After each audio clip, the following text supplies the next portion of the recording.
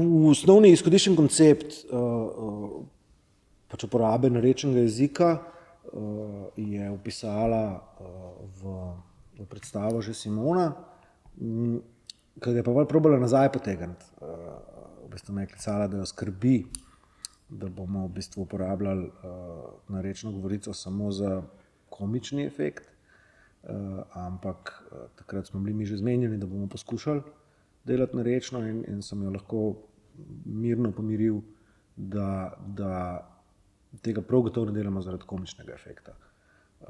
Moja izhodiščna želja je bila, ali pa teza, da bomo s tem na nek način dobili eno avtentičnost, čeprav je to malo, kako bi rekel, kontraindicirano, ampak da bomo dobili street cred s tem v resnici in da bomo v bistvu dobili na nek način, da bomo bolj začutili to skupnost, to ruralno konec koncev skupnost. In mislim, da je to ratalo, no. Seveda ta naš dialekt nikakor ni avtentičen v pač nekem, kako bi rekel, etnografskem smislu. Je pač umeten konstrukt, ki ga je Srečko Fišer in Simona sta pač naredila predlogo in potem smo pač z Srečkotom in pač celo lektorsko ekipo pač to še razvijali in nadgrajevali, ampak upam si trditi, no, da funkcionira v bistvu zelo naravno ta jezik, ki ga bomo zdaj predstavili.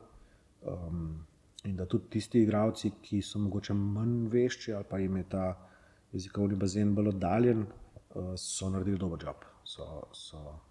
Jim je ratalo zaobjeti, bi rekel, melanž, ne, ta sok tega jezika, tudi če niso vse besede pravilno naglašene ali pa izgovorjene. Zdaj, da bi prav izpostavil, meni je bil cel proces zelo težek, bil je to zelo intenziven, ne. Mi smo pač, če obstaja dobra plat korona krize v gledališču, pa ne obstaja v resnici, ampak če obstaja, je pač to, da sem jaz v resnici imel lahko zelo intenziven proces, ker igralci niso bili v bistvu obremenjeni ali pa zasedeni z ničemer drugim, ker smo imeli večino časa lahko dvojne vaje vsak dan, neprekinjeno tedne in tedne. To je dan danes v gledališču izven korona krize velika redkost. Tudi moram reči, da v bistvu na eni točki, ne znam ti povedati, kje je bilo to v procesu, nekje na sredini ali pa še celo mogoče malo prej, v prvi tretjini recimo, sem zelo začutil v bistvu,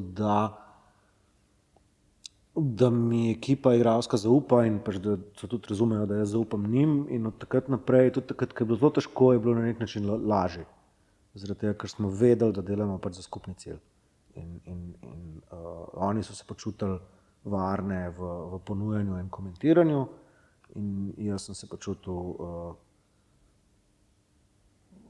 sprejetega v pač predlogih, no. In se mi zdi, da ko se to prelomi, to se mora v vsakem procesu pač zgoditi, če je funkcionalen proces. Da se tudi antagonistično, ampak ta definitivno ni bil tako narejen. Ko se to zgodi, v bistvu je na nek način lažje.